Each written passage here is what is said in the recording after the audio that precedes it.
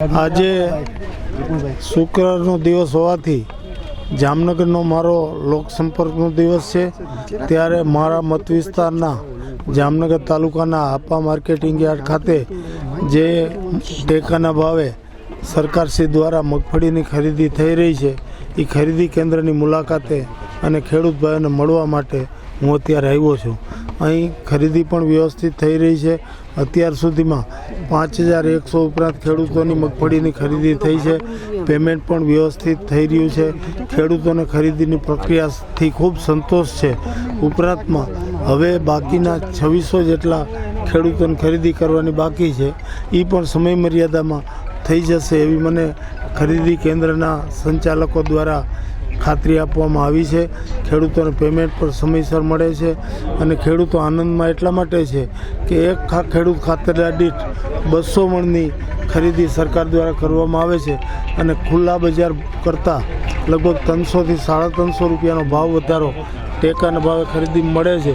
એટલે એક ખેડૂત ખાતેદારને લગભગ 70,000 જેટલો ખુલ્લી બજાર કરતાં મગફળીના વેચાણમાં ફાયદો થતો હોય ખેડૂતો આલમ આ સરકારની ટેકાના ભાવની ખરીદીથી ખૂબ જ ખુશ છે। હું પણ ખેડૂત છું, ખેડૂતો ખુશ એટલે અમે ખુશ। અને સરકારનો નરેન્દ્રભાઈ મોદીનો જે હેતુ છે જગતના તાતને પોષણક્ષમ ભાવો મળે અને ખેડૂતો રાજી રહે, એના માટે ટેકાના ભાવની ખરીદી થઈ રહી છે એ ખૂબ સારી રીતે અહીં થઈ રહી છે। ગઈકાલે ગાંધીનગરથી અમે આવતા હતા, રસ્તામાં ચોટીલા પાસેની ઓનેસ્ટ હોટલમાં ચા પીવા અમે રોકાણા।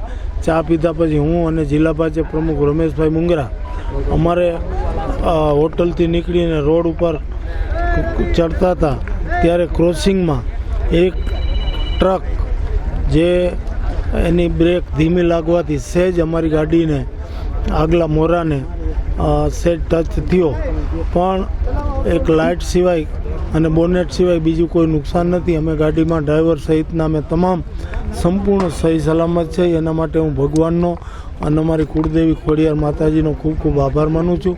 સહી સલામત રીતે અને ચમત્કારિક રીતે કહી શકાય એવો મારો આબાદ બચાવ ભગવાને કરી દીધો। હવે ઉમેદવારો આજકાલમાં જાહેર થઈ જશે। ગઈકાલે પ્રદેશ પાર્લામેન્ટરી બોર્ડની મિટિંગ હતી, એમાં અમે ઉમેદવારો બાબતની ચર્ચા કરી આવ્યા છીએ। હવે એ લોકોની ત્યાંથી સૂચના આવશે એ પ્રમાણે ઉમેદવારોને ફોર્મ ભરવાનું કહેવામાં આવશે। આવતીકાલ સુધીમાં નક્કી થયેલ તમામ ઉમેદવારોનો ફોર્મો ભરાઈ જશે। જામનગર મહાનગરપાલિકા સહિતની જે નગરપાલિકાઓની અને તાલુકા જિલ્લા પંચાયતની બેઠકોની પેટા ચૂંટણી જામનગર જિલ્લામાં છે, એ તમામ જગ્યાએ ભારતીય જનતા પાર્ટીનો ભવ્ય વિજય થવાનો છે। સાંજ સમાચાર ફેસબુક પેજને લાઇક કરો, વિડીયો શેર કરો અને વધુ વિગતવાર સમાચાર માટે sanssamachar.net વિઝિટ કરો।